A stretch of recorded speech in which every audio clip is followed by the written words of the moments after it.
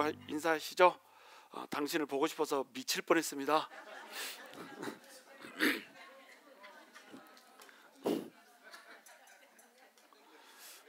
자, 뭐 다시 한번 인사하시죠. 어머 미쳤어 정말. 왜 안 하세요? 어머 미쳤어 정말 하세요.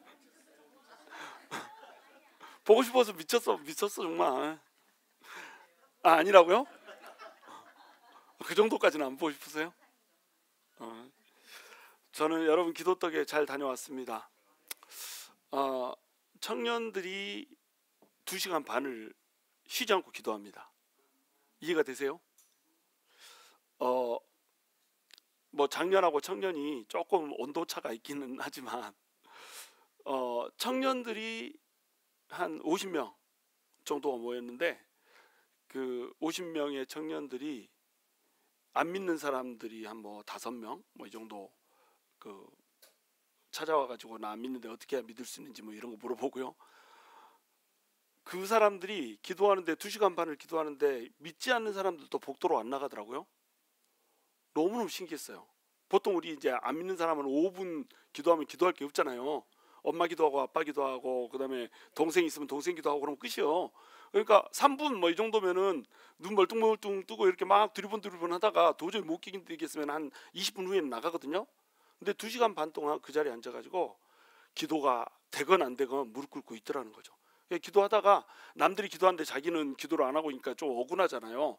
그러니까 능력 받고 싶은 사람 또는 그 예수님을 영접하고 싶은 사람 또는 뭐 방언 받고 싶은 사람 앞으로 쭉 나오라고 그랬더니 우르르 쏟아져 나오는데 믿지 않는 애들도 쏟아져 나오더라고요. 그래가지고 거기서 말똥말똥해도 되는데 단위로 올라가지고 또 말똥말똥하더라고요. 하여튼 젊은 세대의 소망을 보고 왔습니다. 우리가 좀 배워야 되지 않겠나 이런 생각을 했어요. 2시간 반 동안 기도를 하고 나서 뭐라고 얘기하냐면 왜 이렇게 기도 시간을 짧게 줬니? 더 기도하고 싶었는데 이렇게 얘기하더라고요. 근데 말씀 전할 때는 조는 애들이 많았습니다. 무슨 얘기냐면 말씀이 너무 이제 좀 어려운 얘기가 나오면은 힘들어 하더라고요.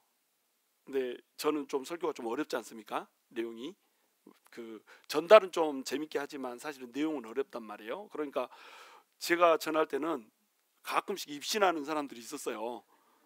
정신이 막 딴 데로 가는 사람들이 있었는데 제가 4번 말씀을 전하고 이보현 사모가 한 번 이제 세미나를 했거든요. 근데 이보현 사모 세미나 한 것만 좋아하고 내가 말씀 전한 건 별로 안 좋아하더라고. 그래가지고 그 세미나 때문에 내가 세미나 버렸어.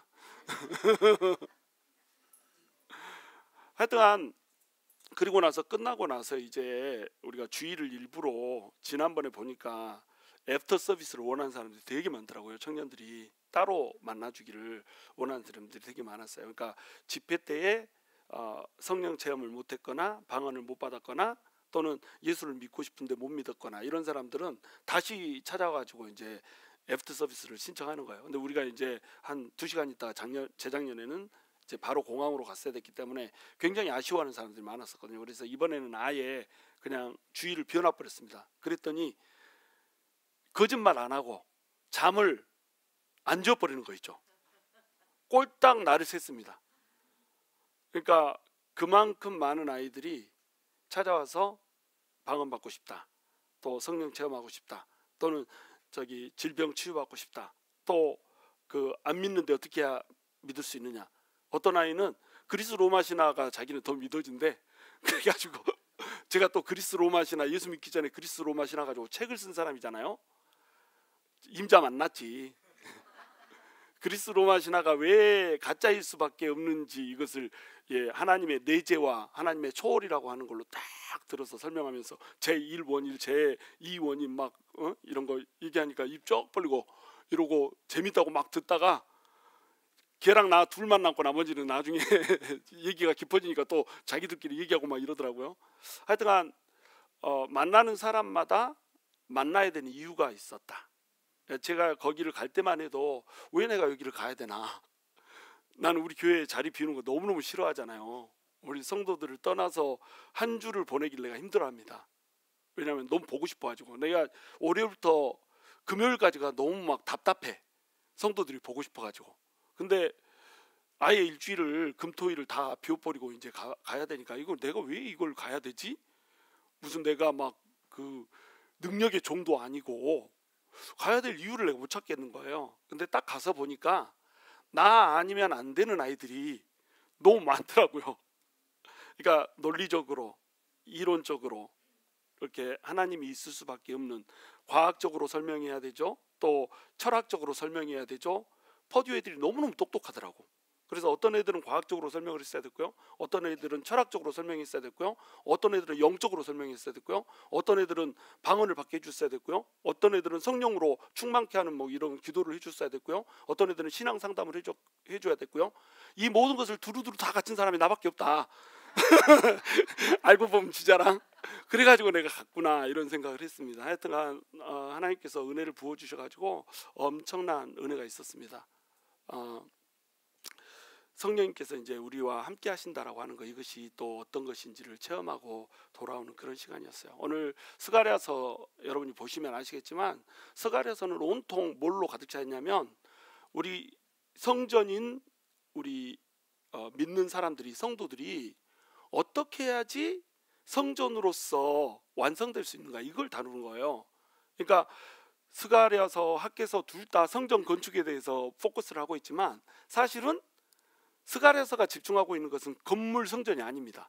건물 성전을 빌미로 해가지고 어떤 얘기를 하냐면 나중에 결국 세워져야 될 성전, 다시해서 성도라고 하는 성전, 이 성전에 포커스를 하고 있단 말이에요. 그러면 이 성전은 어떻게 해서 성전이 되게 된 걸까요?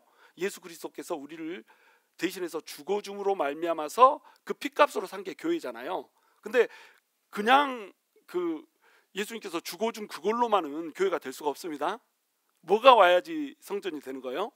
성령이 와야지 성전이 되는 겁니다. 그러니까 스가랴서는 온통 성령으로 가득 차 있어요. 이번에도 뭐 참포도나무 비유를 제가 이제 해가지고 우리 요한복음 하던 거 그거 조금 이제 변형시켜서 이렇게 말씀을 전하고 왔는데, 여러분 율법의 시대하고 그 예수님이 온 시대 둘 다 계명이 사랑하라는 거잖아요. 하나님 사랑하라, 이웃 사랑하라. 그렇죠? 근데 세계명과 헌계명 차이가 뭐예요? 그럼 헌계명도 하나님 사랑해라, 이웃 사랑하라, 세계명도 하나님 사랑해라, 이웃 사랑해라. 차이가 뭐야? 차이가 결국은 성령이란 말이에요. 성령이 왔는가 안 왔는가에 따라서 세계명과 헌계명이 갈라지는 겁니다.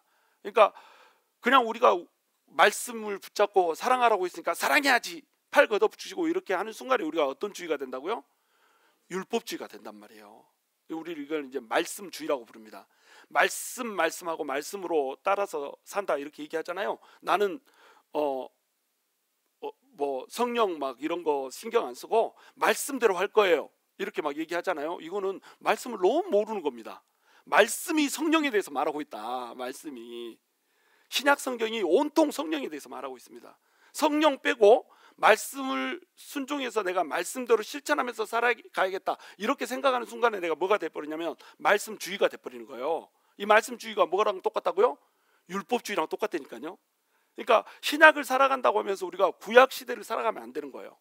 신약은 신약 시대로 살아가야 되는 겁니다. 성령이 없이는 우리는 그냥 안 꼽는 찐빵이라는 거예요. 거부존 없는 빤스라는 겁니다. 그러니까 성령을 배제하고 나면은 우리는 아무것도 아니에요. 성령님이 우리한테 임해야 되고, 성령님이 우리를 추동해야 되고, 성령님이 우리를 깨닫게 해줘야 되고, 성령님이 우리한테 담대함을 줘야 되고, 성령님이 우리에게 평화를 줘야지 우리는 비로소 크리스찬답게 살아갈 수가 있는 거예요. 그 성령 없이는 우리 생각으로, 우리 힘으로, 우리 능력으로 우리가 말씀을 지키면서 살아갈 수 있다고요? 절대 불가능합니다. 해봤잖아요. 구약시대 사람들도 해봤고 우리도 해봤잖아요. 성령 없이 한번 해보려고 애써봤잖아요. 돼요? 안 돼요? 안 되잖아요. 안 되는 걸 된다고 빡빡 우기는 사람들이 있습니다. 그래가지고 남들 정죄하다가 가만히 돌아보니까 나도 말씀대로 못 살거든. 그러니까 나도 정죄하고, 그래가지고 자기 정죄에 붙들려가지고 그냥 나는 이렇게 사느니 죽어야 되겠다. 이 정죄를 누가 준다고요? 마귀가 준다고요. 마귀가 천상으로 가는 길이 막혀버렸으니까 이제 어디에다 정죄를 준다고 그랬죠? 우리의 마음에다 정죄를 준다고 그랬죠.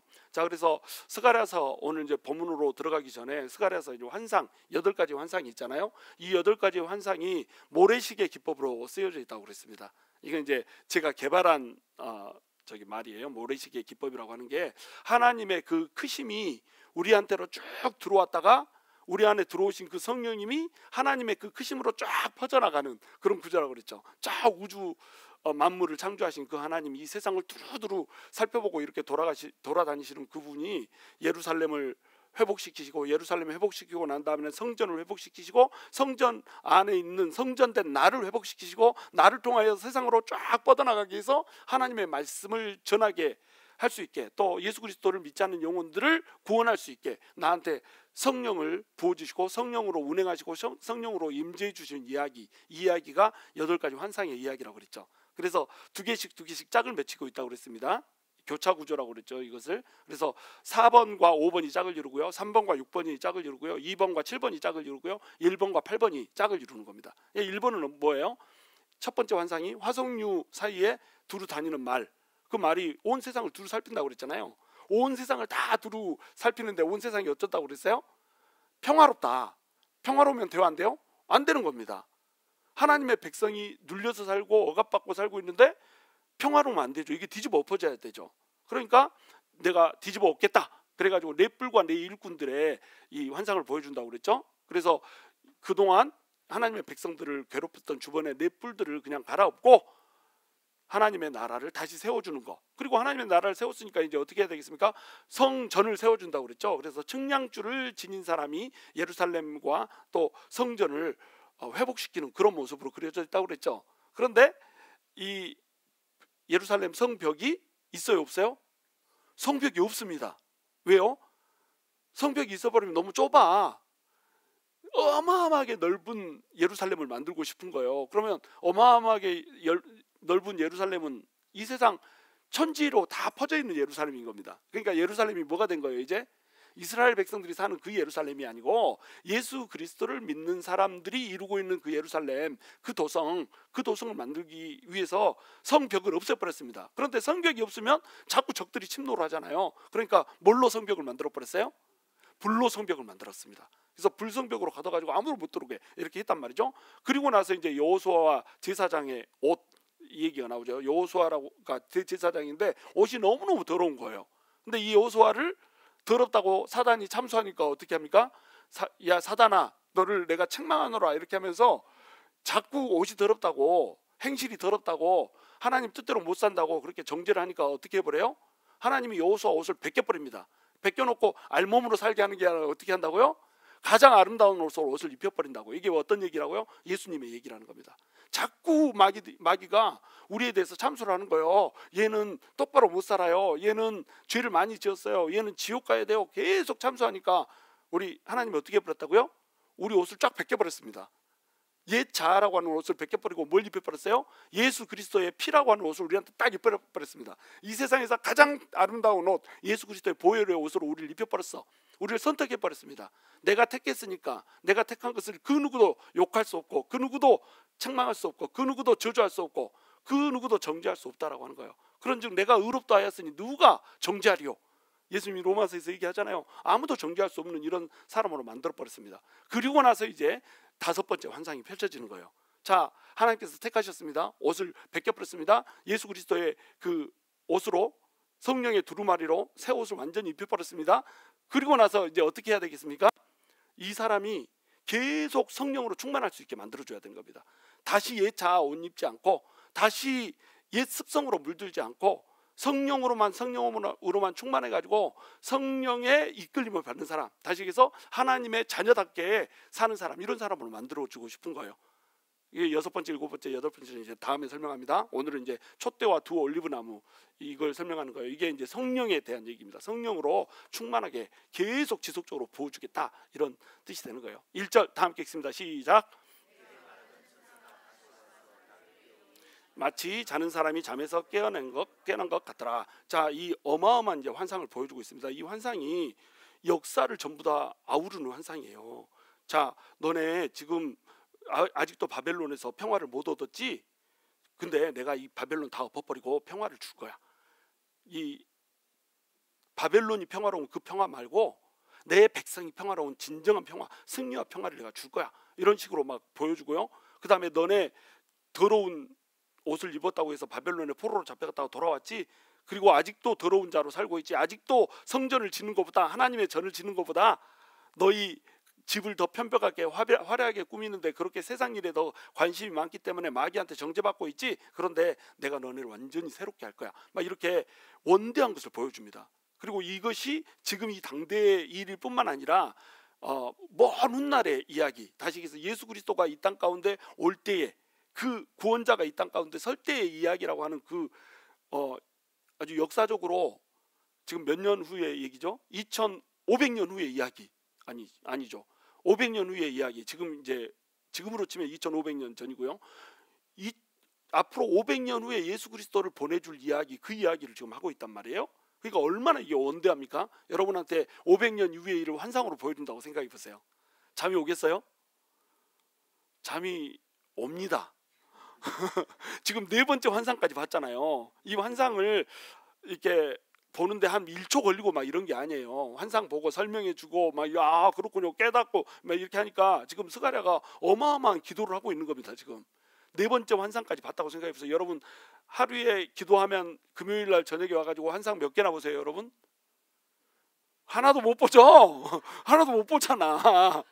1년에 한 번 정도 보면 볼만할까 그랬잖아요. 스가랴는 근데 지금 4가지 환상까지 쭉 봐버렸다니까요. 네 번째 환상까지. 그것도 어마어마한 역사를 뛰어넘는 이런 환상을 봐버린 거예요. 그러면 가슴이 막 벅차 올라야 되잖아요. 근데 인간이니까 육체의 한계를 뛰어넘을 수가 없는 겁니다. 저도 이번에 거기 가가지고 막 애들이 찾아왔잖아요. 어떤 아이는 불치병에 걸려가지고 낫게 해달라고 굉장히 내가 실망을 하고 왔는데, 기도를 딱 하면 그냥 치직 하더니 나와버리고 막 이럴 줄 알았거든. 근데 기도를 해도 별로 감흥이 없더라고. 나는지 몰라. 아마 나았을 수도 있어. 근데 좀 막 전기도 오고 막 이렇게 해가지고 어머 나와버렸어요. 안 아파요. 이제 더 이상 안 아파요. 이랬으면 좋겠는데 얼굴 창백한데 그대로 이제 기도받고 그렇게 앉아 있더라고. 내가 계속 애들이 몰려오니까 몸이 피곤하잖아요. 잠을 아예 못 자고 왔으니까 한 12시 정도가 됐나? 막 이 정도 됐는데 그만 이제 오게 하고 잠깐이라도 잤으면 좋겠는데 1시간 공항으로 또 운전해서 가야 되잖아요. 가는 길에 순교하면 어떻게 할 거요? 그러니까 야야 이거 졸면 안 되는데 큰일 났다 이러고는 좀 잤으면 좋겠는데 잠을 안 재고 계속 얘기를 하는 거야. 그러니까는 내가 그냥 살짝 짜증이 나더라고. 그러니까 지금 하고 있는 일이 어떤 일이에요? 영혼을 살리는 일이잖아. 그렇잖아요. 지금 이 기회가 아니면 어떻게 이 문제를 해결할까 막 이렇게 고민하던 아이들이 와가지고 이런 거 저런 거 막 물어보면서 지금 그 은혜를 받고 있는 상황이잖아요. 어떤 아이 하나는 아버지가 장로님이고 엄마가 권사님이에요. 근데 그 집회 내내 안 왔었습니다. 일하느라고, 아르바이트 하느라고, 돈 벌어야 되니까. 근데 이제 주일 예배에 참석했다가 조금 이제 은혜가 됐나 봐요. 그래가지고 아이들 온다니까 같이 따라왔거든요. 밤 늦게까지, 제일 늦게까지 이제 얘가 남은 거예요. 근데 너 예수 믿냐 했더니 안 믿는데 아빠가 장로님이지 내가 장로님이냐 막 이러면서 그래가지고 잘 모르겠다고, 믿는지 안 믿는지 모르겠다고, 안 믿는 것 같다고 막 이렇게 얘기하는데 진짜 이제 점검을 했어요. 지금 당장이라도 죽으면 천국 갈 수 있냐 막 이렇게 물어보니까 전혀 확신이 없는 거예요. 복음이 뭔지도 모르고요. 너 왜 근데 하나님을 못 믿겠냐 그랬더니 진화론 때문에 못 믿겠대. 그러니까 또 피곤해 죽겠는데 진화가 왜 틀렸는지 그거 막 tRNA 아미노산 설명하면서 막 몸개그 하면서 내가 또 다 설명했잖아요. 그리고 그 과학 얘기를 하니까 얘가 과학이 깡통인 거예요. 아무것도 모르면서 과학 때문에 못 믿겠대. 그래서 야 그것도 모르면서 과학 때문에 못 믿겠다고? 그러니까는 잘못했습니다. 또 한 가지 얘기하니까 또 모르더라고. 그것도 모르면서 과학 때문에 못 믿겠다고 웃겨 죽겠다 너 막 이렇게 하니까 죄송합니다. 제가 잘못했습니다. 과학은 때려치겠습니다. 막 이러더라고. 그래서 그럼 복음을 들으라 그랬는데 또 하나님 창조에 대해서 설명을 하니까 또 뭐 그거 창세기에 나오는 뭐 선악과 있잖아요. 그런 걸 왜 만들었다는 둥 막 이렇게 해가지고 홈에 설명하는데 그냥 어마어마하게 오랜 시간을 걸려가지고 설명을 했단 말이에요. 그래가지고 영접을 시켰습니다. 결국에는 한 2시간 걸렸나? 영접시키고 앉은 자리에서 방언을 받았습니다. 그 얘가 방언에 또 트라우마가 있더라고. 얘가 하도 안 믿으니까 방언을 받으면 믿을까 해가지고 자기 엄마가 어떤 권사님한테 데리고 가가지고 기도를 받겠는데 방언을 안 하고 입 딱 다물고 있으니까 권사님이 입에다가 손가락 집어넣어가지고 혀를 뺐대. 그래가지고 거기에 트라우마가 있는 거예요. 그런 아이가 예수 영접하고 영접한 그 당일날 방언까지 해버렸다니까요. 지금 내가 무슨 얘기하다 이렇게 이런 얘기가 됐죠? 하여튼 이런 어마어마한 일들이 벌어지고 있는데도 불구하고 육신이 피곤하니까 어때요? 좀 재워주지. 세상에 목사를 데려다 놓고, 나 목사 데려다 놓고 매일 밤 12시 넘도록 애들하고 같이 토론시키는 거 있죠. 나 부흥 강사 모셔놓고 그렇게 하는 건 내가 내 평생에 보지를 못했어.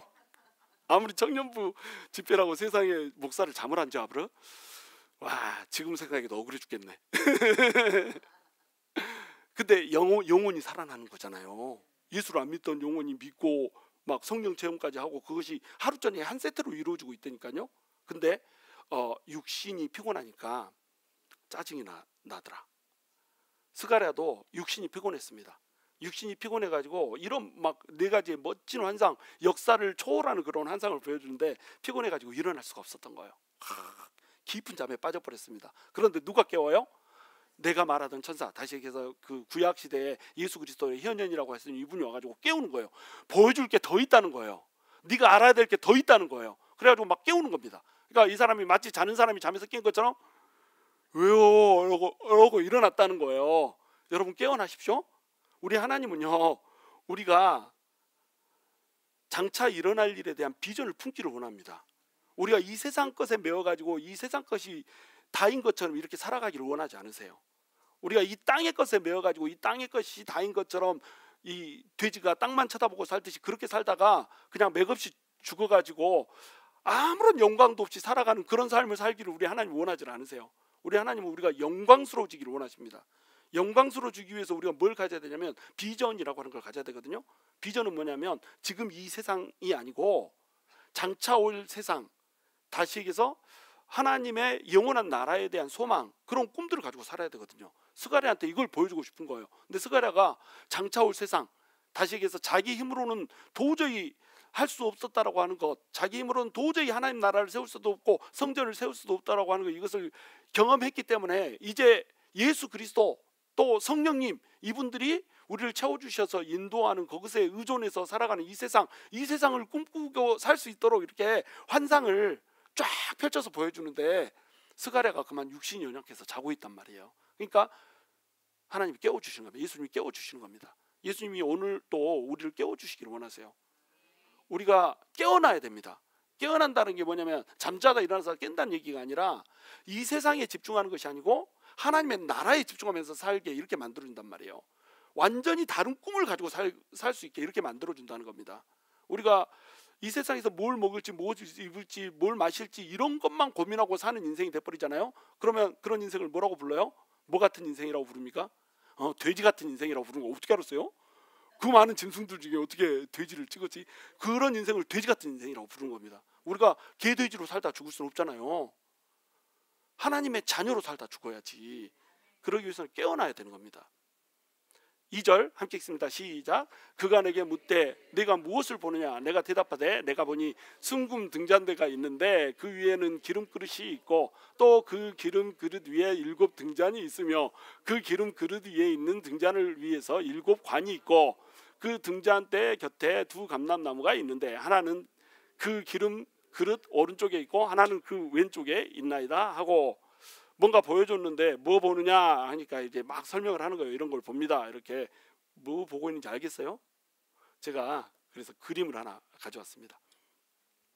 대충 이렇게 생긴 걸 본 겁니다. 그러니까 양쪽에 감람나무 2개가 있는 거예요. 감람나무는 무슨 나무죠? 올리브 나무죠. 올리브 나무에서 뭐가 나와요? 올리브 기름이 나오죠. 기름이 상징하는 것은 성령이죠. 이렇게 올리브 나무가 딱 있고요. 올리브 나무 그 양 옆에 주발이 있습니다. 이렇게 주발이 있고 주발에서 이제 기름이 막 계속 흘러나오는 거예요. 올리브 나무랑 이 주발이 붙어 있습니다. 그래가지고 올리브 나무에서 기름이 바로 짜지면 짜진 기름이 바로 그냥 주발로 해가지고 그 밑에 있는 큰 기름통으로 쏟아지는 거예요. 그러면 이 기름통에서 관이 있습니다. 여러분 이제 뭐 촛대가 있고 황금 촛대에 관이 있다고 그러니까 이렇게 그 면류관 막 이런 거 생각하시면 안 돼요. 크라운이 아닙니다. 크라운이 아니고 튜브입니다. 튜빙이 있는 거예요. 이렇게. 그래서 7개의 튜빙이 있다 이렇게 나와요. 근데 7개의 튜빙이 이 촛대 하나로 가 있는지 아니면 촛대 전체에 가 있는지 이거를 알 수가 없어요. 그러니까 촛대가 몇 개가 달려 있습니까? 황금 등잔이 촛대가 메노라에 촛대가 몇 개 달려 있어? 아따 7개. 양쪽으로 6개고 가운데에 하나 더 있으니까 7개지. 그렇죠? 가운데 하나, 그다음에 가지가 하나, 둘, 셋 이렇게 있잖아요. 양쪽 가지 끝에 이제 촛대가 달려 있고 그러니까 6개에 하나 더 더하면은 몇 개가 있어요? 7개 이렇게 등불이 있는 겁니다. 그러면 이 전체에 7개의 등불인데 7개의 등불에 관이 하나씩 가가지고 관이 7개 있다는 얘기인지 아니면 이 그 7개 요 관이 한 그 등에 가 있다는지 이걸 잘 우리가 명확히 알 수는 없어요. 그렇죠? 만약에 요 금촛대에 7개의 관이 가 있으면 7개가 되겠죠. 근데 금촛대 요 줄기마다 7개가 가 있으면 관이 몇 개겠어요? 77? 49개의 관이 있다 이렇게 생각하면 되겠어요. 여기서는 이제 하나씩 가는 걸로 해가지고 7개가 돼 있는데 49개가 있을 수도 있습니다. 이 관이 하는 역할은 뭘까요? 기름이 이렇게 주발에 떨어지면 이 주발에서부터 기름이 각각의 그 등불로 기름이 들어가는 겁니다. 계속 공급이 되는 거예요. 기름이. 그러면 이 기름 때문에 불꽃이 계속 타는 겁니다. 멈추지 않고 타는 거예요. 이걸 보고 스가랴가 이게 뭔지를 몰랐습니다. 왜냐하면 본 적이 없거든. 근데 스가랴는 이 메노라를 본 적이 있을까요, 없을까요? 메노라는 그래도 저기 뭐 그때는 성전이 무너져 버렸으니까 메노라를 본 적은 없어도 메노라가 뭔지는 알고 있을 거 아니에요. 그렇지 않겠어요? 듣고 또 듣고 막 이랬겠지. 우리도 알잖아. 우리도 성전이 어떻게 생겼는지 알잖아요. 성막이 어떻게 생겼는지 다 알잖아요. 그러니까 스가랴도 분명히 알고 있었을 거란 말이에요. 메노라가 어떻게 생겼는지. 메노라는 어떻게 생겼어요? 그냥 황금 촛대입니다. 황금 촛대인데 이게 순금으로 돼 있잖아요. 순금 등대입니다. 그래서 이거 하나가 우리 건물값이라고 그랬죠? 우리 건물보다 더 비쌉니다. 우리는 350만 불인데 요게 금 등대 하나가 450만 불 정도 합니다. 현재 시가로 따지면은. 그러니까 우리 리모델링 마치고 나면 아마 비슷할 수 있어. 리모델링 제대로 해서 마치고 나면은 요 금등대 하나하고 값이 비슷할 수 있습니다. 그렇게 순금으로 쳐가지고 멋지게 만들어 놓은 거. 그래서 여기에다가 뭘 합니까? 등불을 붙이잖아요. 지금은 초를 킬 때 파라핀으로 해가지고 이렇게 만들잖아요. 근데 이 시대는 파라핀이 아니에요. 뭐가 있어야 되죠? 반드시 기름이 반드시 있어야 되는 겁니다. 그러니까 기름에다가 불을 붙여가지고 기름에 심지가 들어가서 불을 붙여가지고 심지는 타지 않고 이제 기름이 탐으로써 불이 밝혀지게 이렇게 한단 말이에요. 그러면 이 황금 등대가 상징하는 게 뭐예요? 하나님의 빛을 상징하는 겁니다. 이게 어디 앞에 놓여져 있죠? 성막 다시 해야 되는가? 성막을 한 5번은 내가 한 것 같은데 지성소 앞에 있는데 지성소 앞에 분향단 있고 분향단 옆에 있잖아요. 옆쪽으로 등대가 있고 등대 옆에는 뭐가 있어요? 진설병이 있고 떡상이 있잖아요. 이 떡상이 6줄로 2줄로 돼 있잖아요. 6개씩 2줄로 이렇게 돼 있잖아요. 6개씩 2줄로 돼 있는 이게 뭘 상징한다고요? 12지파, 그러니까 하나님의 백성을 상징하는 겁니다. 그 앞에 등대가 이렇게 놓여 있잖아요. 그러면 이 등대는 뭘 상징해요? 하나님의 임재, 하나님의 빛의 임재를 상징하는 거예요. 하나님이 빛 가운데 임재하셔가지고 뭘 비춰줘요? 하나님의 백성들을 끊임없이 비춰주는 겁니다. 그러니까 이 등대를 불을 끄면 돼요, 안 돼요? 등대를 끄면 안 돼요. 그러니까 뭐 낮에는 그냥 이렇게 훤하니까 안 켜고 이제 저녁이 되면 이걸 켰다가 밤새내도록 이게 타게 이렇게 만들잖아요. 그리고 이제 아침이 되면 이거 꺼가지고 소재하고 이렇게 만들잖아요. 그래서 빛이 항상 거기 이 성소 안에 가득할 수 있게 만들어 주는 겁니다. 빛이 가득하다 이 말은 무슨 말이에요? 하나님의 임재로 가득하게 만들어 준단 말이에요. 그러니까 이 등대는 하나님의 임재를 상징합니다.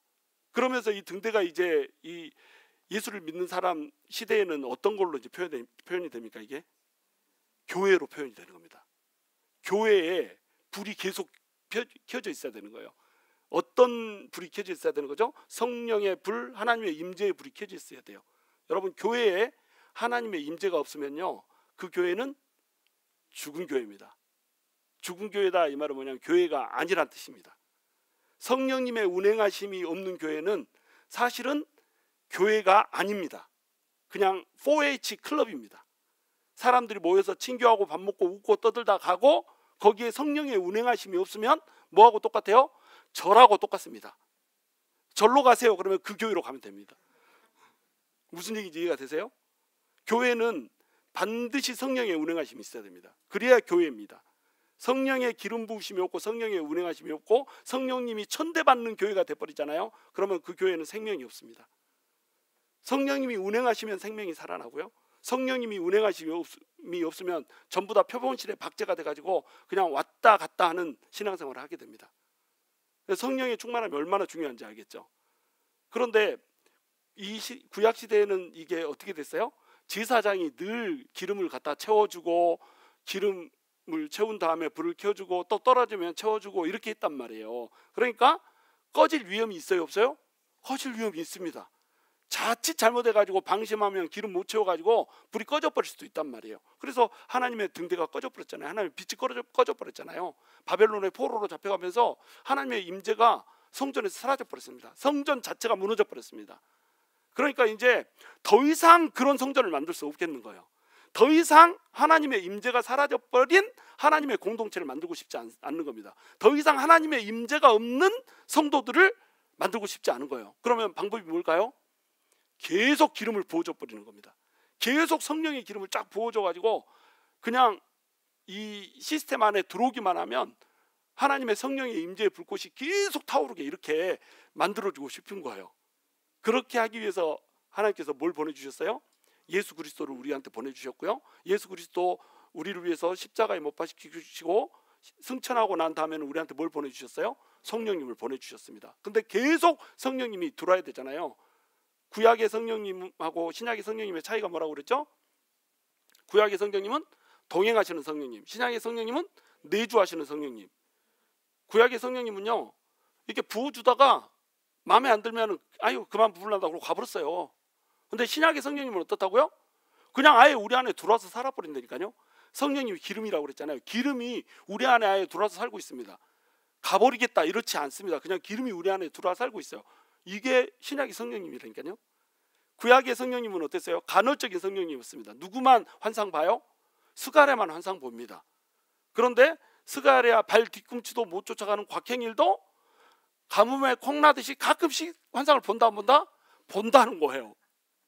왜요? 성령님이 내 안에 내주하고 계시니까. 스가랴는 그 당대의 믿음 1번이라고 생각하면 됩니다. 구약의 성령님은 간헐적 성령님이란 말이에요. 간헐적 성령이란 말은 뭐냐면 믿음 좋은 사람, 하나님이 택할 만한 사람, 이런 사람, 하나님이 쓸만한 사람, 이런 사람 골라가지고 그 사람한테만 성령을 부어줘 버렸습니다. 그리고 일을 마쳤다 그러면 이제 그만 땡 스탑 이렇게 됐습니다. 근데 신약에서는 어떻다고요? 보편적 성령님입니다. 예수님을 믿는 사람은 모든 사람이 전부 다 내 안에 성령님이 내주하고 있어가지고 우리가 성령의 충만함을 받고 싶어요. 소망하기만 하면 성령의 기름이 우리한테 펄펄펄펄펄 넘쳐가지고 성령의 거하심의 기름 부으심이 넘치고 성령의 임재의 기름 부으심이 넘쳐가지고 스가랴하고는 비교도 할 수 없게 언짢게 살아가고 있는 우리한테도 하나님께서 하나님의 비전을 품게 하시고 하나님의 마음을 품게 하시고 하나님의 능력대로 살 수 있게 이렇게 만들어주고 싶었다는 거예요. 그래가지고 그러한 시대를 내가 너희에게 주겠다라고 하는 약속을 주면서 뭐가 웅거리나요? 뭐가 고장나는 거 없는지 한번 알았어요. 하여튼 그런 시대를 만들어 주겠다고 하나님께서 스가랴를 통해서 언약을 주고 있는 거예요. 그것이 이 환상입니다. 자, 그래서 4절 내게 말하는 천사에게 물어 이르되 내 주여 이것들이 무엇이니까 도무지 알 길이 없었어요. 처음 보는 것이었거든요.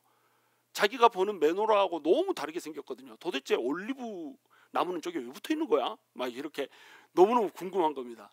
그랬더니 천사가 내게 말하는 천사가 대답하여 이르되 내가 이것들이 무엇인지 알지 못하느냐 하므로 내가 대답하되 내 주여 내가 알지 못하나이다 하니 야 너 정도면 알아야 되지 않겠냐? 이렇게 얘기하는 겁니다. 네가 이것을 알지 못하느냐, 이건 뭐예요? 약간 책망하는 듯한 느낌이 있잖아요. 야, 너 정도면 이걸 딱 보면 알아야지. 지금 구약 시대에 있었던 그 메노라가 다시에서 그 황금 등대가 결국 뭘 얘기를 하고자 하는 건지 너네가 알아야지. 네가 알고 있었어야지. 이런 얘기 하는 겁니다. 그러면 스가랴한테 하나님이 이것을 알고 있었어야지를 요청한다라고 한다면 지금 우리는 스가랴보다 몇 년 뒤에 살고 있어요? 2500년 뒤에 살고 있다니까요. 2500년이라고 하는 시간이 흘렀습니다. 이 시간이 흐르는 동안 뭐가 쌓여요? 지식이 쌓입니다. 뭐에 대한 지식이 쌓입니까? 하나님에 대한 지식, 성령님에 대한 지식, 성경에 대한 지식이 쌓입니다. 그러면 우리가 이걸 딱 보면은 올리브 나무에서 기름이 짜져가지고 황금 등대로 막 기름이 부어지고, 이 기름 부어진 것 때문에 불빛이 쉬지 않고 타오르고, 이걸 딱 보면은 우리 머릿속으로 아, 이건 이거구나 하고 생각이 나야 돼요, 안 나야 돼요? 생각이 나야 된다는 겁니다. 그래야 말씀을 아는 사람이라는 거예요. 그래야 말씀을 의미가 무엇인지를 꼼꼼히 따져가면서 연구한 사람이라고 하는 거예요. 근데 스가랴한테도 우리 하나님이 너 이거 뭔 뜻인지 알겠냐? 아이, 전혀 모르겠는데요. 너 모르면 안 돼. 이거 알아야지. 이렇게 하고 있는데 2500년 후를 살고 있는 우리는 이거 당연히 알아야 되는 겁니다. 근데 우리 중에 스가랴서가 있음을 처음 들은 사람도 있을 거예요. 그렇잖아요. 스가랴서가 있음을 처음 들은 사람도 있고, 스가랴서는 아예 책장을 띄워보지 않은 사람도 많을 겁니다. 창세기 까맣고 마태복음 까맣고, 그 다음에는 저기 이제 마태복음 다음에 뭐지, 마가복음 까맣고 이렇게 되는데, 스가랴 이쪽은 떨어지지가 않잖아요. 한 번도 안 읽어봤어. 이렇게 되면 안 된다는 거예요. 말씀을 속속들이 알아야 됩니다. 말씀에 미친 듯이 여러분 말씀을 갈급해야 돼요. 여러분, 성령 충만한다라고 하는 것을 여러분이 오해하면 안 돼요.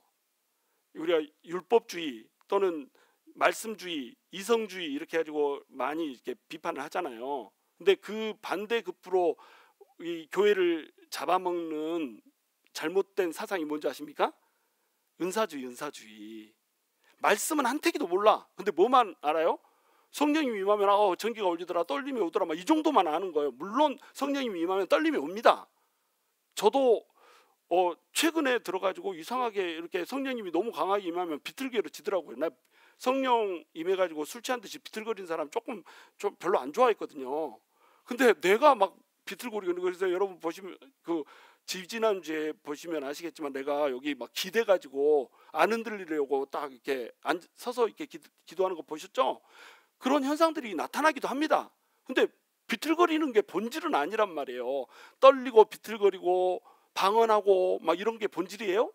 그건 본질이 아닙니다. 그것은 그냥 현상의 하나일 뿐이에요. 근데 그 현상을 경험하면 그것이 다인 것처럼 막 그것에 뻥 가가지고 이렇게 돌아다니는 사람이 있단 말이에요. 그런 걸 뭐라고 불러요? 캠프신앙이라고 부르는 겁니다. 캠프신앙이 되면 안 돼요. 그것은 성령님을 모독하는 겁니다.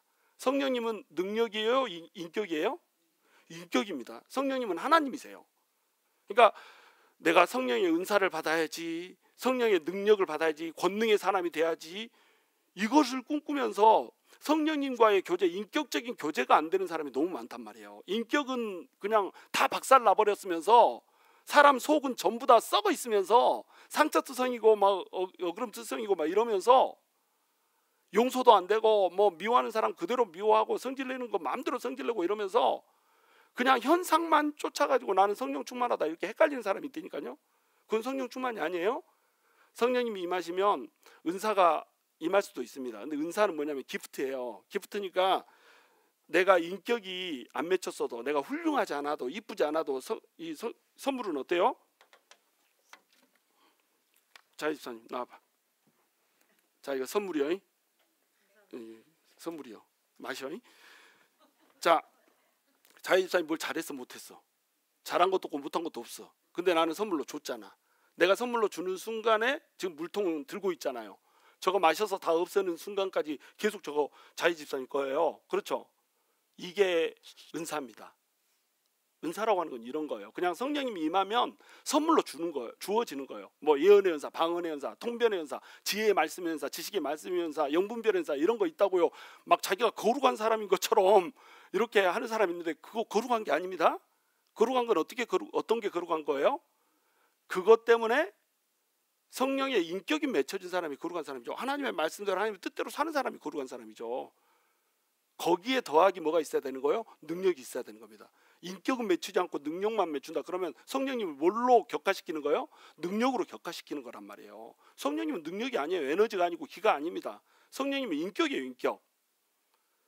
그러니까 은사 받았다고 막 어칠고들고 돌아다니면서 질서 없이 막 사람들한테 뭐 저기 은사 뭐 안수기도 해주고 막 자기가 뭐도 되지도 않으면서 막 이렇게 해가지고 막 병 고치게 한다고 그래가지고 귀신이나 들리게 해놓고 이러면 그러면 안 된다는 거예요. 뭐가 따라줘야 돼요? 반드시 성령의 인격이라고 하는 것이 따라줘야 되는 거예요. 이게 성령 충만이에요. 그래서 이 성령님이 우리를 완벽하게 주도하면서 그 성령님이 내 안에서 나를 주장하기 때문에 나타나는 능력, 그런 능력이 돼야 된단 말이죠. 그냥 은사로 선물 받았으니까 나타나는 능력이 아니고 성령님하고 나하고의 1:1의 교제가 되고 성령님이 내 안에서 완벽하게 채워져서 그 성령님의 기름이 내 위에 벙벙하게 이렇게 차 있기 때문에 나타나는 능력이어야 된단 말이에요. 인격이 교제가 돼야 된다는 겁니다. 성령의 인격과 내 인격이 만나야 된다는 거예요. 그래서 능력이 나타나야 된다는 거예요. 그러면 뭐도 나타나요? 열매도 나타난다는 겁니다. 성령의 인격도 맺혀지고 능력도 맺혀지고, 그러면 사람이 어때요? 겸손해지고 낮아지고 그렇게 되는 거예요. 아무리 능력이 많이 나타나도요, 사람이 겸손해지는 겁니다. 사람이 질서를 사랑하게 되고요, 평화를 사랑하게 되고요, 누구랑 부딪히지 않게 되고요. 은사 받았다는 사람 중에 성질 굉장히 괴팍한 사람들 여러분 봤죠? 은사자들 중에 반말 찍찍하면서 막 자기보다 나이도 많은데 막 너 하나님이 너 한 대 패란다야 막 이렇게 하면서 머리 딱 때리고 막 이렇게 하는 사람 봤다니까요. 아니 하나님이 왜 사람을 패라고 그래요? 사람이 저기 하나님이 뭐 조폭 두목이요? 왜 패라고 그래? 근데 야 하나님이 패라고 그런다요. 자기보다 나이도 많은데. 그러면서 내가 딱 보니까 너는 좀 말년에 아들복 있어 막 이렇게 하면서 이거 점쟁이가 하는 거하고 똑같이 이렇게 그렇게 하면은 성령님을 모독하는 거란 말이에요. 제가 성령님의 은사를 부정하는 게 아닙니다. 은사를 너무너무 사모해요, 저도. 근데 성령님의 은사는 어떻게 나타나야 되냐면 성령님의 그 인격과 내 인격이 완벽한 교제 가운데 하나님을 닮아가는 삶 가운데 하나님 내 안에 충만하니까, 성령님이 내 안에 충만하니까 비로소 내 안에서 나타나는 능력이라야지 그 성령님의 능력이 의미가 있어지는 겁니다. 안 그러면 능력 때문에 영혼들을 말아먹어 버려요. 능력 때문에 사람들이 실족되고요. 능력 때문에 하나님의 이 교회가 질서가 무너져가지고 이 고린도전서에 어수선함이 오지 않았습니까? 물론 사도 바울이 능력을 더 사모하라고, 은사를 더 사모하라고 얘기는 했지만 사랑 없이 은사를 사모하면 어떻게 된다고 그래요? 울리는 꽹과리 같다고 이렇게 얘기하잖아요. 그래서 12장 은사장, 14장 은사장, 고린도전서 12장 은사장, 14장 은사장 이 사이에다가 뭘 끼워놨어요? 사랑장을 끼워놨잖아요. 샌드위치로. 은사들을 소중하게 여기지만 그 은사들을 사용할 때는 뭘로 써라? 사랑으로 써라 이겁니다. 자, 6절 함께 있습니다. 시작. 그가 내게 대답하여 이르되 여호와께서 스룹바벨에게 하신 말씀이 이러하니라. 만군의 여호와께서 말씀하시되 이는 힘으로 되지 아니하며 능력으로 되지 아니하고 오직 나의 영으로 되느니라. 유명한 말이죠. 나는 아까 이건데 지금 이제서 한 1분 후에 따라오면 어떡해. 자, 힘으로 되지 않습니다. 능력으로 되지 않습니다. 뭘로 되는 겁니까? 오직 하나님의 영, 오직 성령으로 되는 거예요. 뭐가요? 뭐가 이렇게 된다는 거예요? 뭐가? 어? 성전을 건축하는 것이. 스룹바벨이 성전을 건축을 시작했잖아요. 성전 건축 시작하다가 몇 년 있다가 몇 년 동안 멈췄어요? 뭐 그 당에 한 1년 있다가 16년 동안 멈춰버렸습니다. 시작하자마자 멈춰가지고 16년 동안 성전을 못 지어버렸어요. 왜 못 지었을까요? 사람의 능력으로 하려고 하다가 부딪혔습니다. 사람의 지혜로 하려다가 부딪혔습니다. 스룹바벨이 그래도 똑똑한 사람이었잖아요. 대제사장 여호수아도 그래도 나름대로 자기 나름대로는 거룩하다고 하는 사람이었잖아요. 자기 힘으로 자기 능력으로 자기 지혜로 하려고 하는데 돼 안 돼? 안 되는 거예요. 그러니까 누가 지금 오신 겁니까? 예수님이 오셔가지고 성령 부어주시겠다는 거예요. 오직 성령으로만 된다고 하는 겁니다. 근데 이것이 뭐에 대한 얘기라고요? 지금 우리 교회에 대한 얘기라고 하는 거예요. 힘도 아닌 능도 아닌 오직 성령으로 자, 구약 시대에서 스가랴에게 이 말을 해주면서 스가랴를 통해서 스룹바벨 성전을 짓습니다. 스룹바벨 성전은 뭘 예표하는 거예요? 스룹바벨이 예수님을 예표하고요. 이 스룹바벨이 짓는 성전이 예수님을 통해서 지어지는 우리 성도들을 예표하는 겁니다. 이해가 되시죠? 스룹바벨은 누구를 예표한다고요? 예수님을 예표하는 겁니다. 그리고 스룹바벨이 성전을 지었다 그러면은 이 성전은 누구를 예표한다고요? 우리를 예표한다는 겁니다. 그러면 우리가 한 교회가 성전으로 세워지는 데 있어서 힘으로 되어 안 돼요? 안 됩니다. 능력으로 되어 안 돼요? 안 됩니다. 뭘로 됩니까? 오직 성령으로만 되는 겁니다. 우리가 하나님의 성전으로 우리 개인이 세워져야 되잖아요. 뭘로 된다고요? 오직 성령으로 되는 거예요. 우리 교회 공동체가 성령으로 세워져야 되잖아요. 우리 힘으로, 우리 지혜로, 우리 인간적인 판단으로 이게 교회를 운영하려고 하면 어떻게 돼요? 교회가 아니게 돼버립니다. 사람들이 능력, 자기 지혜 딱 발동하기 시작하잖아요. 그러면 교회는 4분의 1 쫙쫙 찢어지게 돼 있습니다. 왜 그러냐? 사람들이 능력도 덧진 개찐이요. 능력이 거의 비슷비슷해. 절대자 앞에서 능력이 있으면 얼마나 있겠어요? 뭐 영어 좀 잘하고 공부 좀 많이 했고 또 뭐 그 저기 손기술 좀 있고 우리 배중구 집사처럼 막 이렇게 양손으로 막 드릴을 앙 갈아불고 막 이런 실력이 있어도 덧진 개찐다. 응? 지금 당장 스프링클러 깔아면 깔 수 있겠어? 못 깔잖아. 그것도 못 깔면서 뭔 말이 많어. 덧진 개찐이요. 근데 거기 고만고만한 사람들이 지혜를 발동해가지고 막 서로 잘났다고 이렇게 한단 말이에요. 그러니까 어때요? 방향성이 다 달라버려. 10갈래로 찢어져 버린다. 그런데 성령님이 딱 임해가지고 성령님이 운행해버리면 어때요?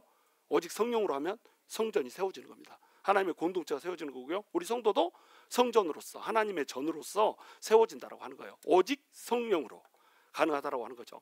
자, 7절. 그러면 이렇게 성령 충만한 사람들이 누릴 수 있는 복이 세 가지의 복이 있습니다. 성령 충만한 공동체가 누리는 복이 세 가지가 있습니다. 이 세 가지를 제가 이제 간단하게 설명하고 마치려고 그래요. 7절 함께 읽습니다. 시작. 내가 무엇이냐? 내가 스룹바벨 앞에서 평지가 되리라. 그가 머릿돌을 내놓을 때에 우리가 외치기를 은총이 그에게 있을지어다 하리라 하셨고. 자, 여기까지. 여러분, 성령이 충만한 공동체는 큰 산이 앞에 있다가 평지가 되어버립니다. 우리 교회가 큰 산이 많았잖아요. 자, 우리 교회가 교회 건물이 없어가지고 난리를 쳤습니다. 큰 산이 막고 있었어요. 그런데 우리가 막 기도하면서 하나님 앞에 바로 서려고 딱 하니까 어떻게 해버렸습니까? 세상에 그 산이 딱 무너지면서 평지가 열려버렸잖아요. 그래가지고 이 성전을 우리한테 줬지 않습니까? 그래가지고 우리가 또 큰 산을 만났어요. 스프링클러 세워야 되는데 그 저기 리모델링 하는데 지붕 다 뜯고 이걸 전부 다 LED 등으로 다 바꿔야 되는데 교회 전체를 리모델링 해야 된다는 거예요. 그래가지고 견적이 나오는데 막 150만 불 이렇게 나옵니다. 큰 산이 가로막고 있어. 그거 하기 전에는 들어오지도 못한데 이거 어떻게 할 거예요? 그런데 성령이 충만한 교회는 어떻게 된다? 큰 산이 평지가 된다는 거예요. 이것이 성령 충만한 공동체 하나님 주시는 첫 번째 복입니다. 여러분, 여러분의 인생에 어려움이 있죠. 큰 산이 있죠. 큰 산이 있을 때 여러분 어떻게 대처하세요? 전전긍긍해서 이거 어떻게 해야 되지? 이거 치워줄 사람이 누구 있지? 이거 아무리 힘센 사람 데려다가 산 치워주라고 해도 산을 치우겠어요? 산은 사람이 치울 수 있는 게 아닙니다. 그것도 큰 산이래. 태산이래. 태산을 어떻게 치울 거야? 넘어가거나 돌아가기는 할지언정 이걸 어떻게 치울 거예요? 자, 어떻게 치운다고요? 성령으로 충만해서 치운다는 겁니다. 성령으로 충만하면 앞에 가로막고 있는 산이 평지가 돼버린다는 거예요. 올라가 도무지 못 가겠다. 여러분, 성령이 충만하지 않은 사람은요 뒷동산도 못 올라가. 뒷동산 올라갈 힘이 없다. 성령으로 충만하지 않은 사람은 자기 힘으로 가려고 하면 우리가 그렇게 연약한 존재예요. 근데 성령이 충만한 사람은 어떻다고요? 산이 없어져 버린다니까요. 우리가 산을 넘는 게 아니라 산이 없어져 버려. 여러분, 산이 앞을 가로막고 있을 때 성령님을 찾으세요. 성령님을. 하나님을 찾으십시오. 그리고 성령님과 교제하십시오. 성령님과 교통하십시오. 성령으로 충만하십시오. 그 방법밖에 없는 거예요. 근데 왜 딴 데 가서 그냥 어떻게 하면 이 산을 돌아갈 수 있을까? 넘어갈 수 있을까? 산 넘어가다가 죽어본다니까요. 산 돌아가다가 시간 너무 많이 걸려서 죽어버려요. 이 인생에 이 시간이 별로 없다. 언제 산 넘고 있을 거야. 산 치우고 평지 걸어가야 될 거 아니에요. 그러려면 뭘로 충만해야 돼요? 성령으로 충만해야 됩니다. 성령으로 충만하면 산이 평지가 돼버려. 이게 첫 번째 은혜입니다. 두 번째는 뭐냐면 우리가 외치기를 은총이 그에게 있을지어다 하리라 하셨고, 이 모든 것이 은혜다, 은혜요, 이렇게 고백한다는 겁니다. 누가 높임을 받아요? 하나님이 높임을 받습니다. 스룹바벨이 높임을 받는 게 아니에요. 우리도 이번에 그 교회에 이 빌딩이 스프링클러 들어오기 전에는 우리가 들어와서 쓸 수 없다고 그랬잖아요. 근데 들어와서 쓸 수 있게 허가가 났습니다. 교회로는 못 써도 뭘로? 사무실로 들어와서 쓸 수 있게. 자, 이게 왜 중요하냐? 사무실로 들어와서 쓸 수 있게 되면 우리가 왔다 갔다 해도 별 문제가 안 돼요. 여기서 소모임 이런 거 해도 되고, 새벽기도 와가지고 해도 되고 괜찮습니다. 한 20명 이상 떼거리로 모이는 게 아니면 괜찮습니다. 무슨 얘기인지 이해가 되시죠? 그리고 이게 딱 허가가 나는 순간에 세금을 안 내도 됩니다. 세금이 6개월에 22,000불입니다. 시간이 지날수록 돈이 막 계속 물 새듯이 새갑니다. 그런데 이거 교회 건물로 말고, 우리가 교회로 허가를 냈는데 교회 건물로 말고 비즈니스로 사용하게 이렇게 비즈니스용으로 허가 내주세요 이렇게 했는데 허가를 내줘 버렸다니까요. 이거 하면서도 야, 이걸 내주겠나 했습니다. 아유, 이렇게 말하고 있는 나도 미쳤다 막 이렇게 했습니다. 그랬는데 그 미친 요구를 시에서 같이 미쳐가지고 들어줘 버렸다니까. 이거 누가 했어요? 하나님이 했습니다. 그러면 우리가 뭐라고 얘기합니까? 은혜다, 은혜요, 이렇게 얘기합니다. 와, 딱 곽형이야, 똑똑했다야, 이렇게 얘기 안 해요? 안 해. 내가 똑똑하긴 뭘 똑똑해. 나 한 거 없어. 설계사가 있어. 그러면 설계사가 똑똑한 거예요? 아니요, 하나님이 한 거란 말이에요. 은혜. 이것이 하나님 안에 있는 백성의 본질입니다. 하나님 안에 있는 백성은 내가 높아지지 않아요. 여러분, 요한계시록에 가면은 그 하나님의 뜻에 맞춰서 잘 살았던 사람에게 하나님이 뭘 주십니까? 면류관을 줍니다. 면류관을 주면 이 면류관을 받고 성도들이 어떻게 합니까? 이걸 딱 받아 쓰지 않습니다. 이 면류관을 받고 어떻게 하냐면 하나님 가지세요 이렇게 하나님한테 졸업식 할 때 그 졸업 사각모 던지듯이 하나님한테 돌려드려 버립니다. 무슨 얘기인지 알겠어요? 나 이거 면류관 쓸 자격이 없어요. 면류관 이거 쓰도록 인도해 주신 것도 하나님이고, 이렇게 살게 해주신 것도 하나님이고, 전부 다 은혜입니다. 은혜. 이게 우리의 본질이라니까요. 면류관, 천국 가서 면류관 써서 뭐 할 거예요? 어깨나 무겁지. 응? 왕이 되고자 한다. 왕관의 무게를 버텨라. 그거 무거운데 이거 쓰고 뭐 할 거예요? 전부 다 왕관 쓰고 있는데 다 왕인디? 너나 나나 다 왕인디 왕관 쓰고 뭐 할 거야 그거. 자, 이거는 주님 쓰셔요 이러고 우리는 가볍게 다녀야지. 이게 우리의 본분이라니까요. 여러분, 우리가 높아지려고 하면 안 돼요. 아, 내가 잘해가지고, 내가 똑똑해가지고, 내가 잘나가지고 이걸 막 한 것처럼 이렇게 내가 높아지잖아. 인정받고 싶고 칭찬받고 싶고 잘했다고 좀 막 높임받고 싶고 추앙받고 싶고, 이렇게 되면은 그 사람 망하는 겁니다. 저도 이번에 갔는데요, 그 식사하는데 청년들하고 같이 앉아서 내가 저기 밥상 들고 다니면서 어디 앉을까 찾아가지고 이렇게 갔다니까요. 그 강사가 왔는데 모시는 사람이, 영접하는 사람이 없어. 강사가 왔는데 저기 이쪽으로 오시죠 막 이러는 사람이 없어. 그냥 청년들하고 같이 막 묻어가지고 있는 듯 없는 듯 막 이렇게 하는 거예요. 강사가 왔는데 잠을 안 재우고, 강사가 왔는데 그 밥을 따로 차려주는 게 아니라 똑같이 이제 먹는데 애들이 많이 먹어보면 난 못 먹고, 그리고 애들하고 대화하라고 거기다 조에다가 편성을 시켜줬는데 애들이 말을 안 걸어. 지들끼리 말해. 그럼 난 뭐라고 거기다 앉혀놨어? 자기들끼리 말하는 거예요. 막 대접이 뭐 이러나? 이런 생각을 제가 해버리면 어떻게 돼요? 은혜 다 날려먹는 겁니다. 우리가 고백해야 되는 건 뭐예요? 나는 아무것도 아닙니다. 아무것도 아니에요. 난 나띵입니다. 내가 뭐예요? 뭐라고 대접받아요? 뭐라고 인정받고 뭐라고 칭찬받아요? 그런데 그 주님한테 드려야 될 면류관을 굳이 이 땅에서 주님이 주지도 않은 면류관을 빚어가지고 쓰는 사람이 있다. 어떻게 할 거야? 대접받고 싶고 인정받고 싶고 인사받고 싶고 사랑받고 싶고, 뭐예요 그게? 예수 믿는 사람이? 그렇잖아요. 예수 믿는 사람은 주는 것도, 하나님이 주는 것도 아우 됐습니다, 나는 아무것도 아닙니다 이렇게 돌려드려야 되는데, 하나님이 주지도 않는 놈의 것을 만들어가지고 빚어서 막 그걸 쓰고 다녀요? 그게 하나님의 자녀일까요? 그렇지 않다는 겁니다. 그렇게 사는 게 아니란 말이에요. 오직 은총이로다. 성령 충만한 사람의 태도입니다 이게. 자, 9절, 스룹바벨의 손이 이 성에 기초를 놓았은즉 그의 손이 또한 그 일을 마치리라 하셨으니 만군의 여호와께서 나를 너희에게 보내신 줄을 내가 알리라 하셨느니라. 자, 만군의 여호와께서 이 예수님을 이 천사를 보내주어가지고 이 말한 대로 그대로 될 거라는 거예요. 성전의 기초를 누가 놨어요? 스룹바벨의 손이 놓았습니다. 그러니까 마치기도 누가 마쳐요? 스룹바벨이 마칠 거예요. 스룹바벨이 누구를 예표한다고 그랬죠? 예수님을 예표한다고 그랬습니다. 예수님이 믿음을 기초를 놓았습니다. 그러니까 누가 믿음을 완성시킵니까? 예수님이 완성시키실 겁니다. 이것이 교회입니다. 여러분, 예수님께서 여러분을 하나님의 자녀로 시작을 하셨습니다. 그러면 하나님의 자녀로 영광스럽게 마치게 하는 것도 누가 하세요? 예수님이 하십니다. 여러분, 누가 뭐래도 하나님의 자녀예요. 누가 뭐래도 하나님의 의입니다. 하나님이 여러분을 버리지도 않고 떠나지도 않고요, 고아처럼 내버려 두지 않습니다. 인생이 힘들고 나 혼자 내버려진 것처럼 이렇게 팍팍하고 그렇죠? 아, 그래? 하나님을 바라보십시오. 하나님이 절대로 내버려 두지 않습니다. 하나님을 붙잡으십시오. 기는 놈 위에 나는 놈 아니지. 기는 놈 위에 뛰는 놈, 뛰는 놈 위에 나는 놈. 근데 나는 놈보다 더 기가 막힌 놈이 있어요. 나는 놈한테 붙은 놈. 나는 놈은 날개짓이나 하지, 나는 놈한테 붙은 놈은요 그냥 붙어있기만 하면 됩니다. 누가 나는 놈이에요? 우리 하나님이 나시는 분입니다. 난 놈이라고 할 수 없지. 우리 예수님이 나르시는 분이십니다. 우리는 어디에 붙어있으면 돼요?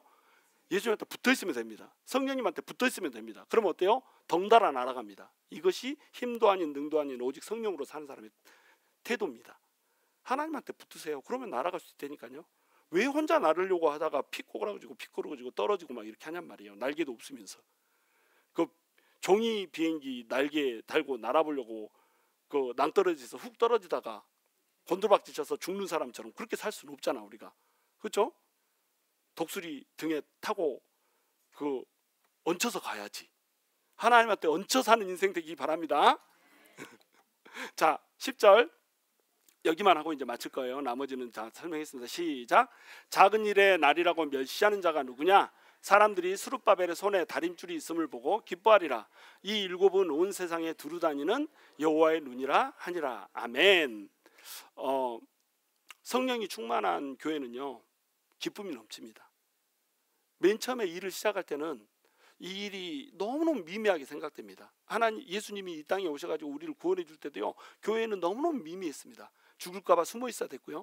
성령님이 오시는데 120문도가 출발을 했습니다. 이 세상 전체에서 120명이 뭐겠어요. 그 120문도에 이 성령이 임함으로써 교회가 시작되는 거예요. 그렇잖아요. 너무너무 미미합니다. 스룹바벨도 어땠어요? 성전의 기초를 놓을 때 현실에 빠진 사람들 어땠냐면, 아니 우리 집 짓고 살기도 바빠 죽겠는데, 우리 집을 편박하게 화려하게 꾸미는 것도 힘들어 죽겠는데 무슨 교회까지 지으려고 하냐.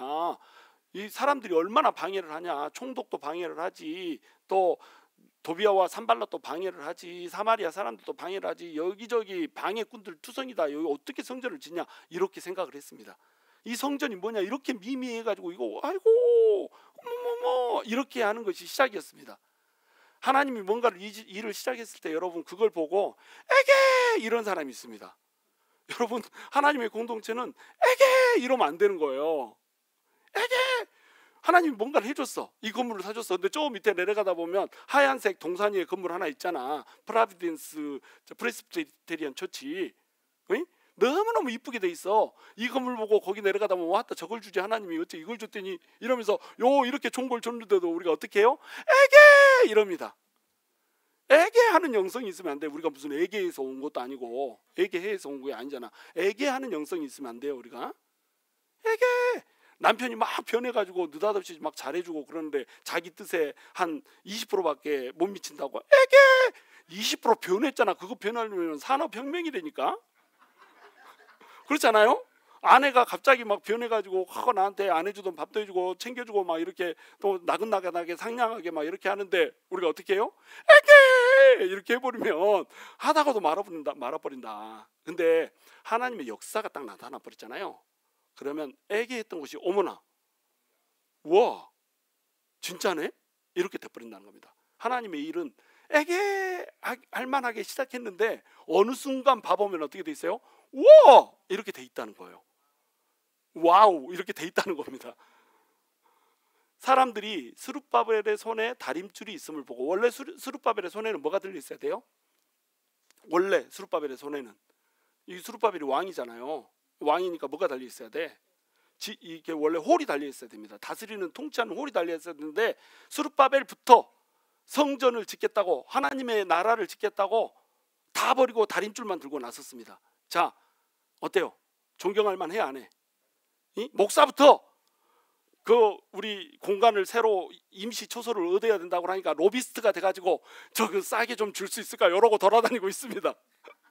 성전을 리모델링을 하려고 막 이렇게 애를 어떻게 하면 더 싼 사람하고 수주할 수 있을까, 여기저기 막 우리가 13군데를 수주를 받았다니까요. 글쎄 4군데 5군데 총 5군데 스프링클러 하는 사람을 수주를 받았고, 이렇게 막 하면서 사람이 온다면 맨날 와가지고 문 열어줘야 되고요, 막 말해야 되고 대화해야 되고, 했던 얘기 또 하고 앵무새도 아니고 막 이렇게 해야 됩니다. 내가 다림줄을 들었다. 다림줄을 이 다림줄을 드니까 어때요 여러분? 사람들이 리더십이 그렇게 다림줄을 들고 있는 걸 보고 어떻게 한다? 기뻐한다. 교회는 이런 교회가 돼야 됩니다. 리더십부터 성도들까지 전부 하나 되는 공동체, 서로 사랑하고 존중하고 이뻐하고 또 존경하고 아껴주고, 이런 공동체, 이런 공동체가 돼야지 이것을 하나님의 공동체라 할 수 있는 거예요. 내가 너희를 사랑한 것 같이 너희가 서로 사랑하라, 이로써 너희가 내 제자인 줄 알리라. 제자들의 표징이 뭐라고요? 사랑입니다. 사랑. 하나 되지 못한 공동체는요, shame on you, 부끄러운 줄 알아라. 사람들을 챙기지 않고 나만 챙기려고 하고 나만 이득을 보려고 하면서 다른 사람을 괴롭히는 사람이 있거나 또는 곤란하게 하는 사람이 있다. shame on you, 부끄러운 줄 알아야 됩니다. 우리는 하나 되는 공동체를 만들어야 돼요. 사랑하는 공동체, 서로 아끼는 공동체, 이런 공동체를 만들어야 된단 말이죠. 자, 근데 이 일이 반드시 이루어질 겁니다. 하나님께서 이 성전을 반드시 리모델링 완성시킬 거예요. 그리고 또 우리 교회도 성전다운 성전으로 하나님의 자녀들다운 자녀들로 만들어낼 겁니다. 왜 그러냐? 이 7은 온 세상에 두루다니는 여호와의 눈이라. 7, 완전수 7의 눈이 이 세상을 돌아다니고 있습니다. 그래서 두루 살피면서 어떻게 해야지 내 자녀들이 내 자녀답게 살 수 있을까? 어떻게 해야지 내 자녀들이 복을 받을까? 어떻게 해야지 내 자녀들이 태산을 밀어버리고 평지를 걷는 그 길을 걸을 수 있게 해줄까? 이걸 누가 고민하세요? 성령님이 이걸 고민한단 말이에요. 그러니까 성령 충만하면 어떻습니까? 성령 충만하면 앞에 있는 큰 산이 허물어져 버린다니까요. 여러분, 이 옆에 양옆에 선 올리브나무 있죠? 그 올리브나무가 무엇인지 이제 스가랴가 이 다음에서 물어봅니다. 이건 뭡니까? 이 올리브나무가 기름 부음 받은 아들들, 기름 부음의 아들이라고 이렇게 얘기합니다. 하나는 누구예요? 스룹바벨이고요. 하나는 대제사장 여호수아입니다. 그러면 대제사장 여호수아는 누구를 예표해요? 예수님을 예표합니다. 제사장 대신 예수님을 예표합니다. 스룹바벨은 누구를 예표합니까? 왕 대신 예수님을 예표합니다.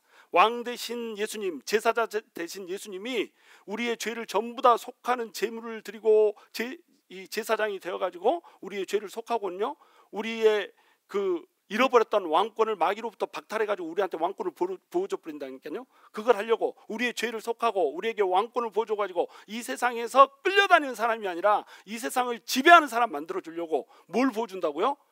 기름 쫙쫙 짜가지고 성령님을 부어줘 버린다고요. 성령의 기름을 부어줘 버린다고요. 그 성령의 기름으로 우리가 충만해 버리면 어떻게 된다고요? 세상을 밝히는 등불이 돼 버린다는 겁니다. 하나님의 임재가 있는 등불이 돼서 세상을 밝혀버려요.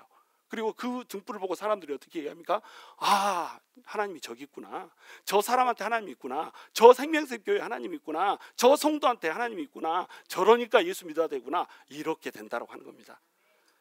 여러분, 우리 생명샘교회와 우리 성도들이 그렇게 될 수 있게 되기를 주님의 이름으로 축원합니다.